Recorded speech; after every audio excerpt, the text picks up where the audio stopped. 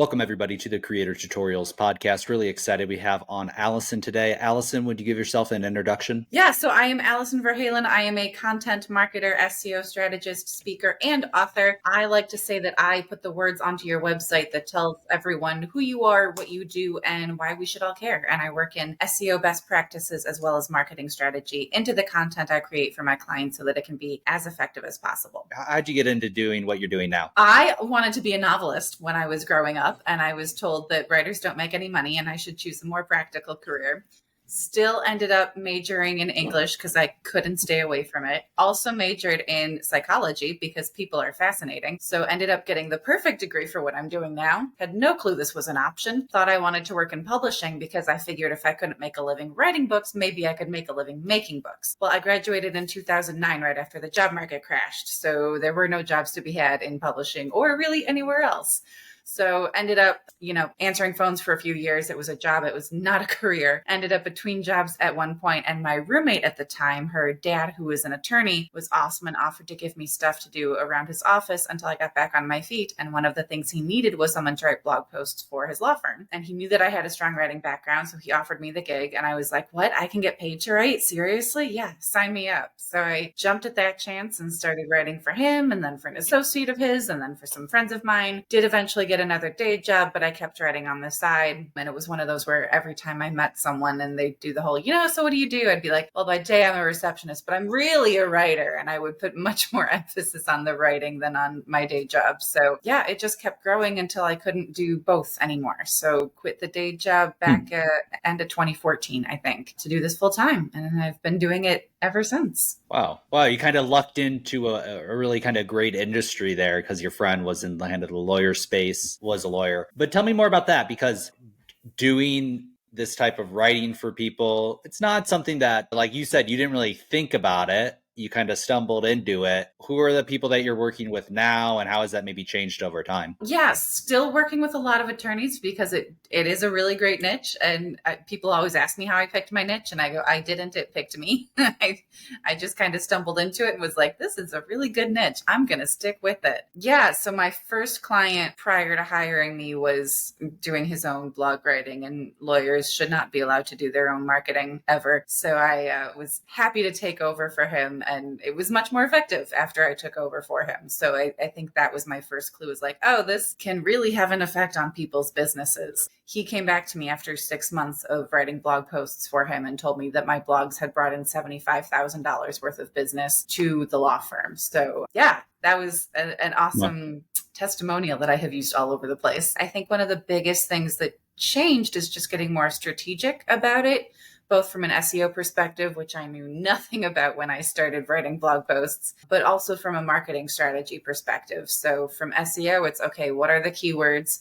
Where are the keywords going? How long does the content need to be to make Google happy?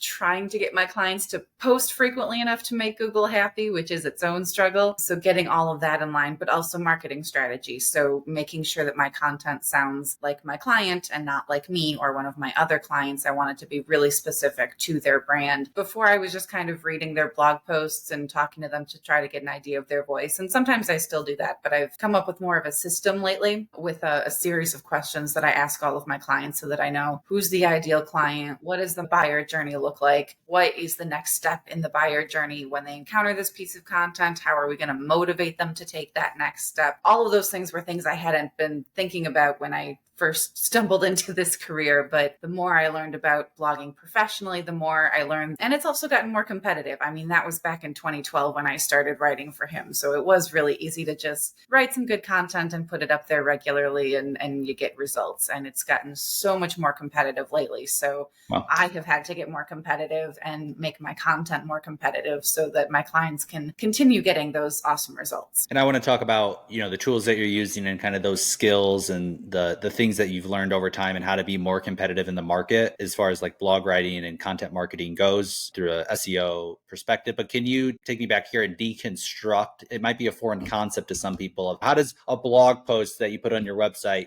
make you money, right? Mm-hmm. What's that kind of sales process there? Well, you have to track it first and foremost, which is where a lot of people fall flat, is they don't really track the traffic to their website. But if you track it, you can use a tool like HubSpot, for example, is one where you can see if someone goes to, for example, one blog post, and then maybe they click through it to another blog post, or maybe they take that call to action and sign up for your webinar or sign up for your newsletter. So knowing that people are where they are and being able to see the data of where they are on your website and where they're going from there. And then are they taking the next step after a blog post, or are they just jumping on, reading a little bit and then jumping off? Because if you've got a really high bounce rate, that indicates that it's not resonating with your audience. So that's a problem. So tracking all of that is a great way to make sure that your content is actually resonating with people and again, getting those results. It can also help to have specific goals for each piece of content. We publish this. I want X number of people signing up for my newsletter, signing up for my next webinar, whatever that goal is. See if you achieved that goal or if you made progress towards that goal. I don't know exactly what my client was using to measure that back in 2012, 2013. I just know that he came up and told me that I was making money for him, and that was really exciting. But yeah, there are tools that can help you track where people are going and when they reach out for that call and they have that, whether it's a sale ready or questions for you that you can answer for them and then lead them to that final stage in the buyer journey. It can be really, really cool to see like, oh, this all came originally from this blog post and now we have X amount of dollars in business. And talk to me about how these blog posts get discovered, right? Because you talked about SEO, and if you could define that for me, just for the audience's sake, and how that influences the discoverability or the profitability of a blog post. So could you walk me through that process? Yeah. So SEO stands for search engine optimization. I call it making Google your friend, right? We all want to get on the first page of Google, and I can't guarantee that will happen, but I can do things from the content side to help make that happen. Keywords are a big part of that. Our first stop when we have a question or we want to look for something is Google for most of us. So you got to know what those search terms are that they're using, and then use those search terms in your content, again, in the right places to make sure that it's showing up when people are looking for you. SEO, if it's done right, is a great discoverability tool. Social media, obviously, I'm a big SEO fan. I'm not so much a social media strategist, but I do recognize the value of social media when it's done right. And it can actually help boost your SEO and vice versa when done right. So always recommend people use social media to distribute their blog posts, to post that content, engage, get more followers over there so that you're just increasing that brand awareness as well as educating your audience. So there's really a number of ways that blogging can help you, right? It's your newsletter, it's your social media, it's SEO. It's also even in sales conversations, it can really help. When I was just talking to someone, for example, who wanted to know how to grow her email list. And I was able to say, actually, I wrote a blog post about that a while back. It's over here on my blog. Here's the link. So now she can check that out. And if she decides she wants to work with me for that, that will be more business that I can relate back to, that I can track back to that blog post, even if her buyer journey did not originate there. But it can help make the sales process so much easier when you have that buy-in and that easy access to educational content that you created that you can then hand off to your client to answer their question for them. Super quick and easy for you to deal with instead of having to write out the same answer over and over and over again. And it's positioning you as an authority in your industry because you have this library of content that you've created. 100%. I totally agree. I do that with a lot of my YouTube videos. Is somebody, hey, tell me about this. And I say, okay, well, I've already made a YouTube video on that. Or you could say, hey, I've already made a blog post about that. Check out the blog post. You said it gives you that kind of credibility of all the stuff is already built out. I'm a professional. I have everything explained in detail. Definitely speeds it up. And a lot of benefits to the blog posting, but want to talk about keywords. You said keywords are super, super important. A lot of people have a lot of mystery around what are my keywords, or how do I find the right keywords, or how do I find popular and trending keywords? So could you walk me through your process of how you find keywords or discover keywords, or what tools you're using in your business to find the best ones to use in your blogs? So I always use my keyword research tool, which for me is SERPstat. That is my favorite tool. So every keyword that I use, I want to make sure A, has a decent search volume. We all want the keywords with thousands of searches. Those are harder to come by. So sometimes you have to compromise and go for one for at least 100, 200 searches per month. And by the way, when you go to a keyword tool and they show you the search volume, that is the average number of searches per month. So some months it might be more, some months it might be less.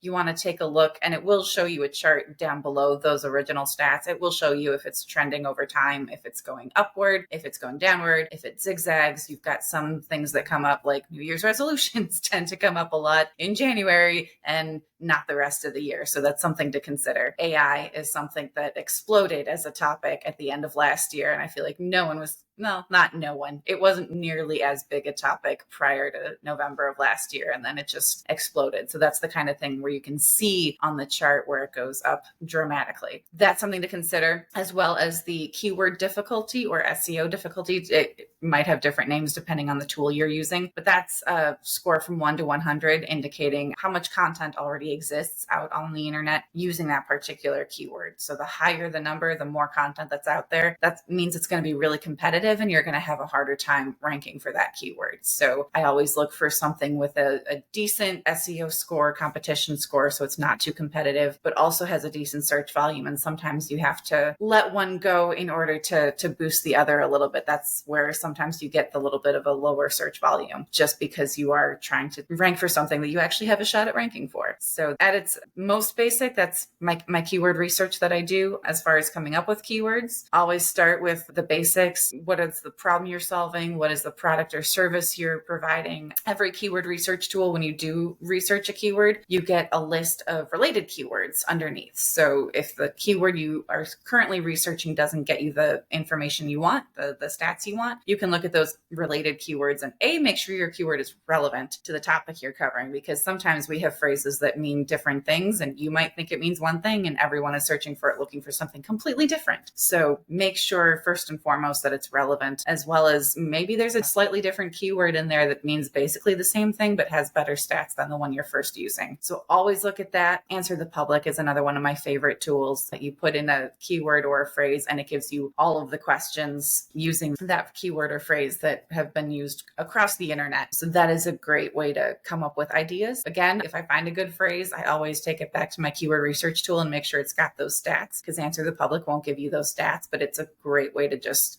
come up with ideas and say, hey, what are people asking around this topic? Could you tell me again just the name of the software that you used? Yeah, it is SERP, SERP, as in search engine ranking position, stat, as in statistic.com. Excellent. Excellent. Thank you. I appreciate it. Let me ask you this question. Mistakes as far as SEO rankings go. I see some people, they have 100 SEO keywords that they all just list in a single line, right? And they stack as many keywords in one kind of post as possible, right? To try to rank on all these different keywords just to get some traffic. Is that a bad thing to do? Or what are other types of SEO mistakes that you see people out there doing? Yeah, that is a terrible idea. Don't do that. There's a list of keywords. There's also taking one keyword and just stuffing it into your content as many times as you possibly can, which is known as keyword stuffing, which again, it worked back in the early days of SEO. And then Google caught on and was like, no, we're going to punish that. We're not going to rank that content. So there is kind of this balancing act of getting a keyword in there enough times. First of all, make sure it's in the right places. That means your title, your subheadings, your URL, your meta description. Make sure your target keyword is in all of those places. Google reads those pieces of content before it gets more in depth into your content. So if you can have your keyword in those places, first and foremost, it's going to make it easier for Google to index and categorize your content. So that is first and foremost. Make sure the target keyword is sprinkled throughout your content without jamming it throughout your content. There is kind of a fine line sometimes between writing for Google versus writing for the real life people. And again, it doesn't make a difference if you're ranking on the first page of Google, if people are clicking through to your website and they see a bunch of nonsense words and it doesn't actually answer their question or get them what they need. So you always have to remember the human at the end of it all. Really good advice. You hear kind of all this mysticism around SEO and how to rank on SEO and a lot of kind of misinformation out there as far as, how to do it. So what are the resources or what are the people or the blogs or the videos or the creators that you tune into to learn more about SEO or blog writing or ranking through written content? Andy Crestodina, his website is Orbit Media. Awesome content all the time. He gets really into the weeds with the data. So he will show you what's working, what's not, and here's the data to support it. Content Marketing Institute is another great one that I follow all the time. Rush, Search Engine Journal are also great. And HubSpot has a really great blog. Those are some of the ones that I always keep tabs on. Yeah, that's awesome. I'll have to check those out myself. I appreciate that. Well, we're coming up here at the end of our time, Alison. Really appreciate you sharing all of your experience and your story of how you got into this. But how do people reach out to you? How do people connect with you if they're looking to learn more about your services or maybe ask some advice if they're trying to get into this area of work? How can they reach out or connect with you? My website is AV, as in my initials, Alison Verhalen. So that is avwritingservices.com. And I do have a ton of information on my blog there if you want to check that out. I'm also on LinkedIn quite a bit. So you can find me, Alison Verhalen, at LinkedIn. I think I'm the only Alison Verhalen on there. Well, we'll put those links below for everybody just to make it easy for you. Thank you, Alison. I really want to thank you for being on the podcast today, and we'll have to have you back sometime soon. Absolutely. Thanks so much for having me.